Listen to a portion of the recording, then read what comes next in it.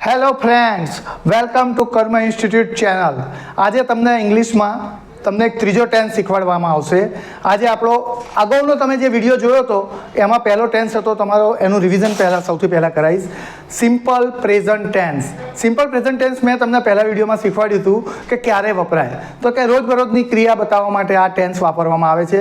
એમાં sentence formation કેવી રીતે થાય? તો કે સબ્જેક્ટ, વર્બ, ઓબ્જેક્ટ. જે તમે સેન્ટેન્સ ફોર્મેશન કરો છો એમાં એક્ઝામ્પલ સબ્જેક્ટ તમારો આઈ છે તો I play cricket, I do brush, I wash clothes. એ મેં તમને પહેલા વિડીયોમાં સમજાવ્યું હતું. આજે હવે તમને એના પછીનો તમને બીજા વિડીયોમાં બતાવ્યું હતું કન્ટિન્યુઅસ પ્રેઝન્ટ ટેન્સ. એ ક્યારે વપરાય? તો કે અત્યારે હાલમાં ક્રિયા ચાલુ છે તે બતાવવા માટે આ કાળ વાપરવામાં આવે છે. Example, I am playing cricket, the fan is moving. Okay, હવે આજે તમને ત્રીજો ટેન્સ જે શીખવાડવા જઈ રહ્યો છું તેનું નામ છે પ્રેઝન્ટ પરફેક્ટ ટેન્સ. પૂર્ણ વર્તમાન કાળ. ક્યારે વપરાય? તો કે ક્રિયા હમણાં જ પૂરી થઈ છે તે બતાવવા માટે આ કાળ વાપરવામાં આવે છે. એમાં સેન્ટેન્સ ફોર્મેશન કેવી રીતે થાય? તો સૌથી પહેલાં આવશે તમારો સબ્જેક્ટ, પછી હેવ કે હેઝ, પછી તમારો વર્બ. વર્બનું તમારે પીપી ત્રીજું રૂપ તમારે મૂકવાનું છે, અને પછી તમારો આવશે ઓબ્જેક્ટ. એમાં સિંગ્યુલર પહેલાં અને પ્લુરલ. વાક્યો કેવી રીતે બનશે હવે એ તમને સમજાવું. એમાં ફર્સ્ટ પર્સન તો કે આઈ. હવે તમારે હેવ કે હેઝ, ક્યાં ક્યાં હેવ આવશે, ક્યાં ક્યાં હેઝ આવશે એ હું તમને સમજાવીશ. આઈ સાથે હેવ આવશે. I have played cricket. Second person તો કે યુ.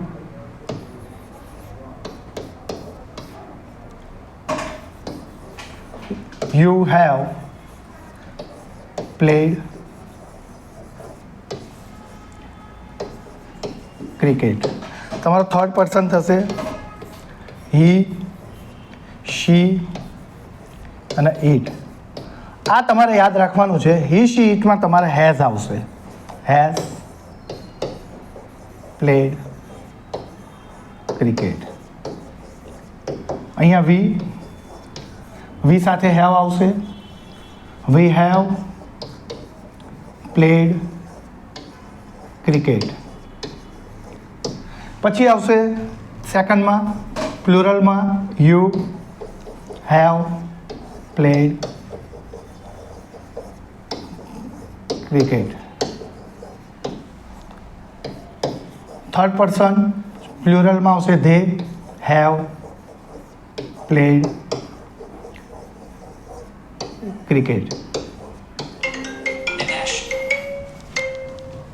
હવે આમાં તમારે ક્વેશ્ચન કેવી રીતે થશે? તો તમારે હેવ આગળ મૂકી દેવાનું છે. Have you played cricket? તમે ક્રિકેટ રમ્યા છો? તમે કહો હા, yes, I have played cricket.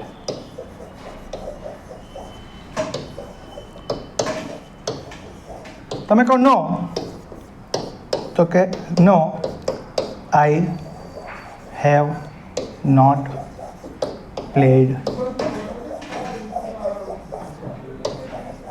cricket.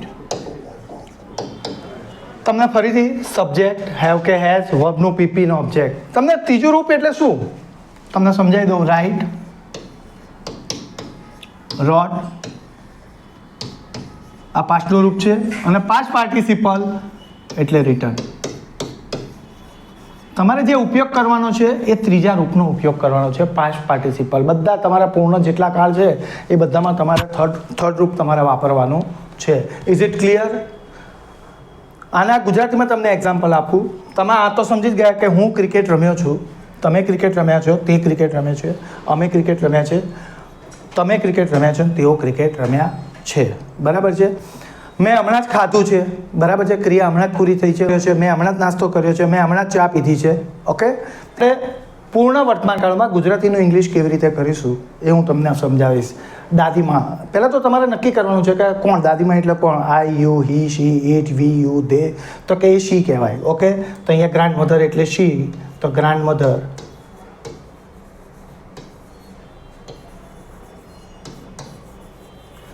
અને શી છે માટે હેઝ આવશે. કહેવું, કહેવાનું ઇંગ્લિશ તો કે ટોલ્ડ. સ્ટોરી. છોકરો કોણ તો કે બોય. હી શી ઇટમાં શું આવશે તો કે હી, તો એની સાથે શું આવશે તો કે હેઝ. શું રમ્યો છે ક્રિકેટ. Boy has played. ત્રીજું રૂપ પ્લેડ ક્રિકેટ. અમે ચોપડી વાંચી છે. અમે એટલે તો કે વી. અમે ચોપડી લીધી છે, બરાબર છે. વી સાથે શું આવશે તો કે હેવ. લેવાનું ઇંગ્લિશ તો કે ટેક, ટોક, ટેકન. તો અહીંયા તમારે ટેકન ત્રીજું રૂપ આવશે. અબુ.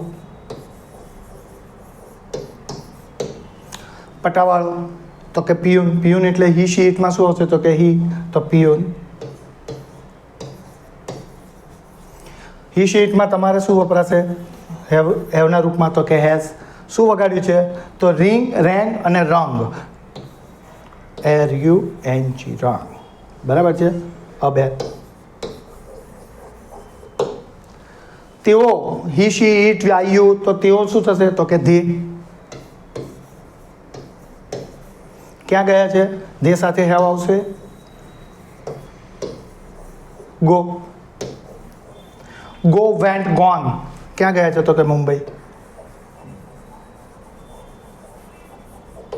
Is it clear? આ ગુજરાતીનું ઇંગ્લિશ આવી રીતે તમારે પ્રેક્ટિસ કરવાની છે. તમારે મેં તમને આગળ શીખવાડ્યું કે હી સાથે શું આવે, આઈ સાથે શું આવે. તો હી સાથે હેવ કે હેઝ એ તમારે ફિલ ધ બ્લેન્ક્સ કરવાની છે. અને ત્રીજું રૂપ રાઇટનું કયું આવે એ મેં તમને અગાઉ સમજાવ્યું હતું. તો તમારે આ બ્લેન્ક્સ તમારે ભરવાની છે. તો હી પછી હેવ કે હેઝ તમારે મૂકવાનું છે અને તમારે રાઇટનું અહીંયા ભૂતકૃદંત મૂકવાનું છે. અહીંયા આઈ સાથે હેવ કે હેઝમાં શું આવશે એ તમે નક્કી કરીને મૂકજો. અને રીડનું તમારે ભૂતકૃદંત મૂકવાનું છે. Same pattern. The peon. Have કે હેઝ શું આવે એ તમારે મૂકવાનું છે. ઓપનમાં તમારે ભૂતકૃદંત, તમારે પાસ્ટ પાર્ટિસિપલ તમારે મૂકવાનું છે. વી સાથે સેમ હેવ કે હેઝ તમારે મૂકવાનું છે. અને મીટનું તમારે પાસ્ટ પાર્ટિસિપલ ત્રીજું રૂપ તમારે વર્બનું મૂકવાનું છે. ધ ફિલ્મ, બરાબર છે. એની સાથે હેવ આવશે કે હેઝ આવશે એ તમે નક્કી કરીને મૂકજો. અને સ્ટાર્ટનું તમારે ભૂતકૃદંત તમારે પાસ્ટ પાર્ટિસિપલ મૂકવાનું છે. મિત્રો, તમારે જે સમજાય એ રીતે તમે કોમેન્ટ લખજો, ફિલ ધ બ્લેન્ક્સ કરજો. અને આગળ ના સમજણ પડી હોય તો આગળની વિડીયો પણ તમે જોજો. 1 વખત, 2 વખત જુઓ, 3 વખત જુઓ. ના સમજાય ત્યાં કોમેન્ટ આપજો. હું તમને તમારા પ્રોબ્લેમનું જરૂર નિરાકરણ લાવીશ.